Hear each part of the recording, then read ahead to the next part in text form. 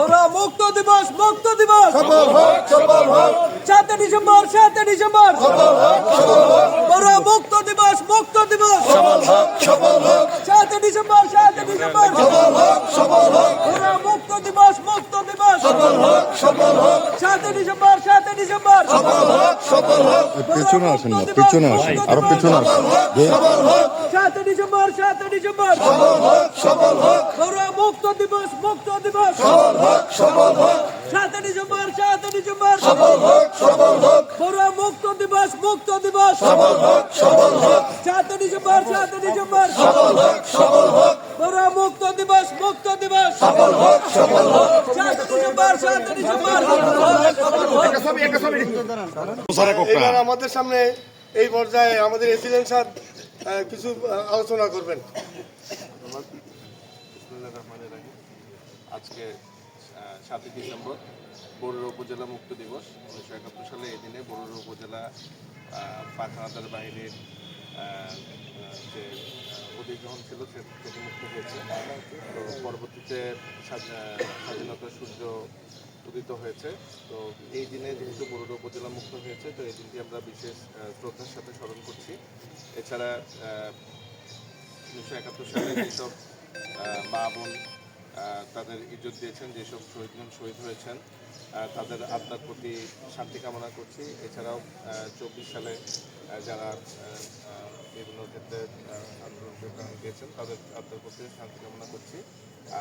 আমাদের এই যে অর্জন, এই অর্জনকে আমাদের ধরে রাখার জন্য যা করার দরকার আমরা সর্বোচ্চভাবে চেষ্টা করব।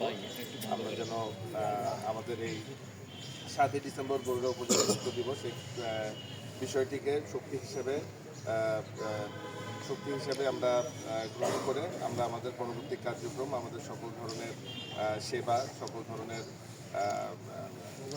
কার্যক্রমে আমরা অনুপ্রাণিত হব এবং সবাই যে এই 7 ডিসেম্বরের যে মশালটি সেটি যে মনের ভিতরে ধারণ করে আমরা এগিয়ে যাব, এই আশাবাদ ব্যক্ত করে আমি আমার বক্তব্য শেষ করছি। এবার আমাদের অন্য বড়রা হিসাবে এই উপলক্ষে আলোচনা করবেন। ধন্যবাদ। আমাদের ডিসেম্বর বরুড়া মুক্ত দিবসের আয়োজনে আমাদের উপস্থিত সকলকে আমি স্বাগত জানাচ্ছি। যেখানে বাংলাদেশের চূড়ান্ত বিজয় অর্জিত হয়েছিল 16 ডিসেম্বর, সেখানে 7 ডিসেম্বর বরুড়ার মানুষ মুক্তির আনন্দ লাভ করতে পেরেছিল। আমি বরুড়ার মানুষের সাথে একাত্মতা ঘোষণা করে এই দিনটিতে আমরা চেষ্টা করব ভবিষ্যতে যাতে আরও উদ্দীপনা উৎসাহের সাথে আমরা এই দিনটিকে উদযাপন করতে পারি। এবার যেহেতু আসলে আমাদের বার্ষিক পরীক্ষা চলছে, আমরা হয়তো আমাদের কোমলমতি শিক্ষার্থী যারা আছে তাদেরকে সম্পৃক্ত করতে পারিনি। ভবিষ্যতে আমরা চেষ্টা করব সকল প্রোগ্রামে তাদেরকে আমাদের সাথে সম্পৃক্ত করতে। এছাড়া আমাদের বর্তলিতে আমরা জেনেছি আমাদের 5 জন বীর মুক্তিযোদ্ধা শহীদ হয়েছিলেন।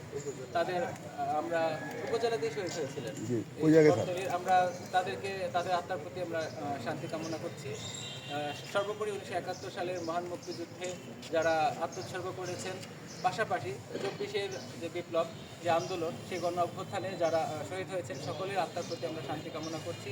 সর্বোপরি বরুড়াবাসীর প্রতি আল্লাহ তাআলার শান্তি, আল্লাহ তাআলার রহমত কামনা করে এবং আজকে যারা উপস্থিত হয়েছেন সবাইকে আবারও আমার শুভেচ্ছা জানিয়ে আমি আমার বক্তব্য শেষ করছি। আর সামনে যে 16 ডিসেম্বর আছে, আমাদের 14 ডিসেম্বর আছে, এই দিবসের প্রোগ্রামগুলোতে আপনাদের সকলের উপস্থিতি কামনা করে আমার বক্তব্য এখানে শেষ করছি।